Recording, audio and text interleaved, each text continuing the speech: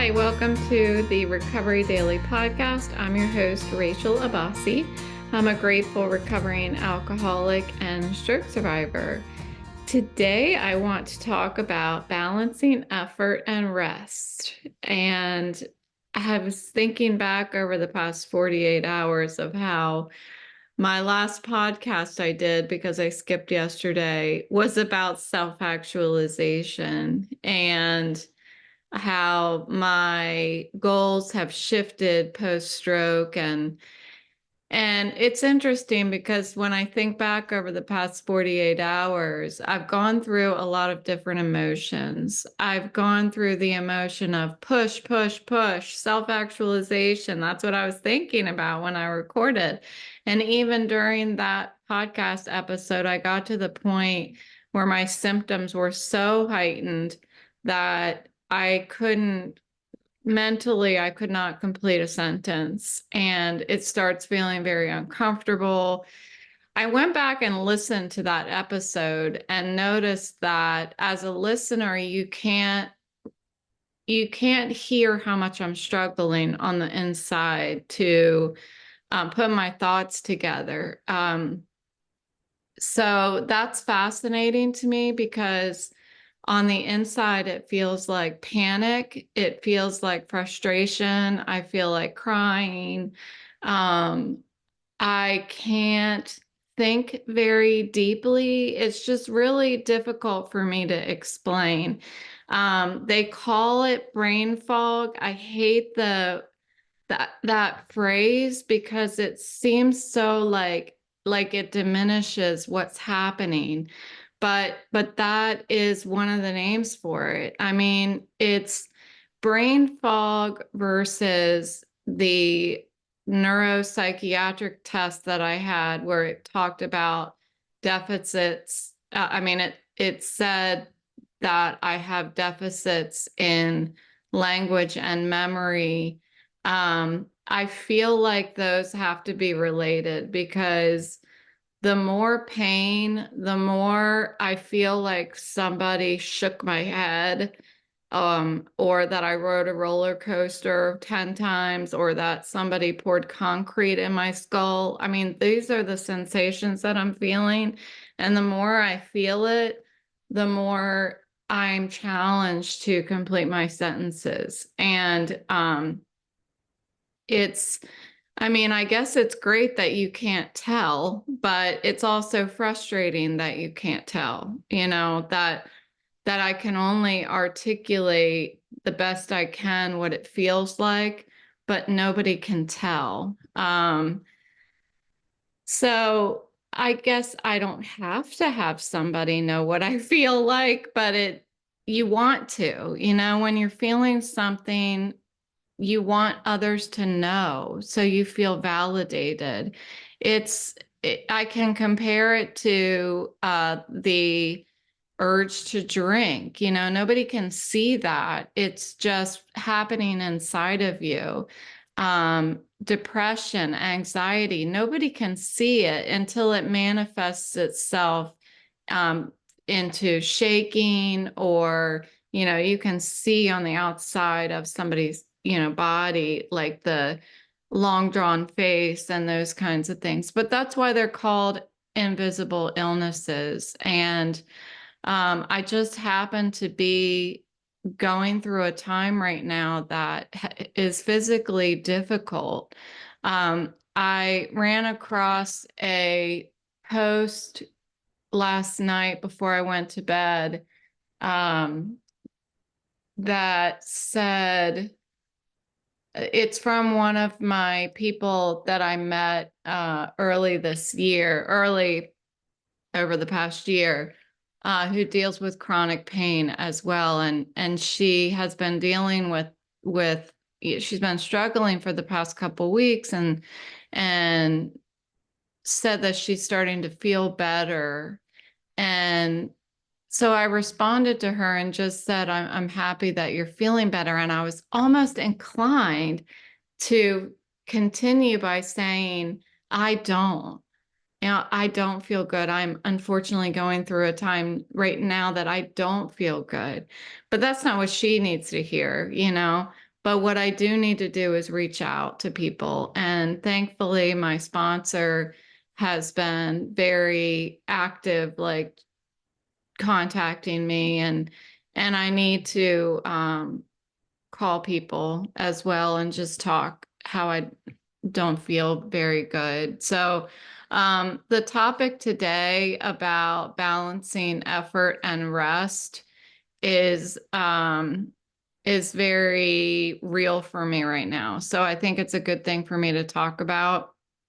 Um, it's it's it goes back to this idea of how over the past year I've talked about how resting feels like I'm not doing anything. Resting feels like I'm not fulfilling some big goal in my life. And I have to constantly remind myself that rest is doing something. But I'll tell you, like yesterday, laying around all day, by the end of the day, I just felt so fidgety. And I woke up this morning, I felt depressed. So I have to move. I really do. I have to move. So today I started moving again, despite, just like I said 2 days ago, moving despite not feeling well. I did turn my phone back onto voiceover yesterday, and I have an upcoming course on voiceover for Mac. So, this is actually, I think, a good impetus for continuing to grow in that area of having a way to communicate without looking at my devices. As when I feel good, I don't rely on these things like voiceover. And then when I feel bad and I turn it back on, I'm not refreshed in it. I lose some of the uh, automatic knowing where to press and stuff like that. So it's important that I keep up with that as well. So today, I think I fluctuate so much more between effort and rest than I did before my stroke. It seems like today, post stroke, I have to rest more than I put forth effort. My body just cannot handle it. And if I have to say that in every podcast, then that's what I'm going to need to do, because I keep kind of backing myself into this corner where I just feel terrible. And so putting forth effort, okay, so what I'm thinking of is like, what comes first, the chicken or the egg? And putting forth effort is not really going to be effective unless I've prepared for it, proper preparation. And that proper preparation is rest. So number one, I have to have a full night's sleep in order to be able to put forth any effort, whether it's mental effort or physical effort. Even my emotional well-being teeters on the edge when I don't get enough rest. And I don't believe that that is what's happening right now, because I'm resting a lot. But then if I do, when I do rest and then I do something like walk my dog, so that's what I did. I really, really struggle with walking my dogs when I feel like this, because it's so uncomfortable to walk around the block. Sometimes I just walk down the street and back again. which seems to be enough for them right now. So they're adapting. They're both sleeping right now. Um, and then when I do put forth that kind of effort, I have to rest again. And so I came back from walking them and I sat down and listened to my book for a little while. And now I want to record so that my brain is working the best it can work today. And that would be before noon. So that's what I'm doing now. And then I'll need to lay down and rest again. So I think it's important when I'm feeling like this to really go by the clock and make sure that I'm getting at least an hour of rest between each activity, which can be very frustrating. Can you imagine? I did the dishes, and that, although it seems like an everyday small task, that is really exhausting for me. It's it's like it's like headbanging at a Metallica concert for an entire song. That's what doing the dishes feels like. So then I have to I have to rest, which for me can be just closing my eyes. So I I want to rest. I don't want to rest too much because then I feel like it's working against me. I feel like my mental and emotional help starts retreating. I start retreating inside myself if I just shut down and stop talking to people and feeling sorry for myself. So I'm on the edge of that today. But the more that when I'm moving, I feel okay. When I'm not moving, I feel a little bored.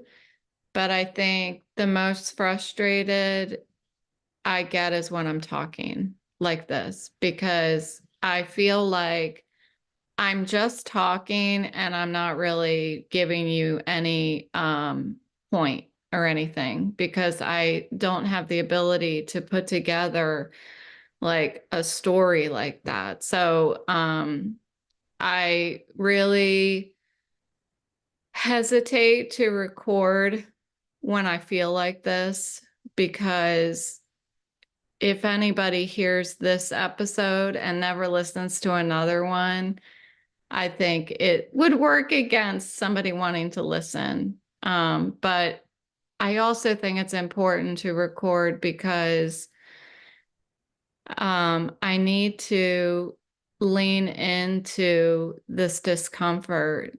I really do. And I hate it.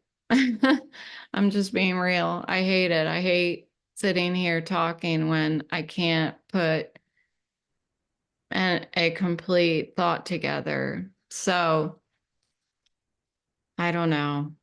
Um, Again, I was really wanting to put together a whole episode here, but it's just falling apart for me again. I just really can't do it.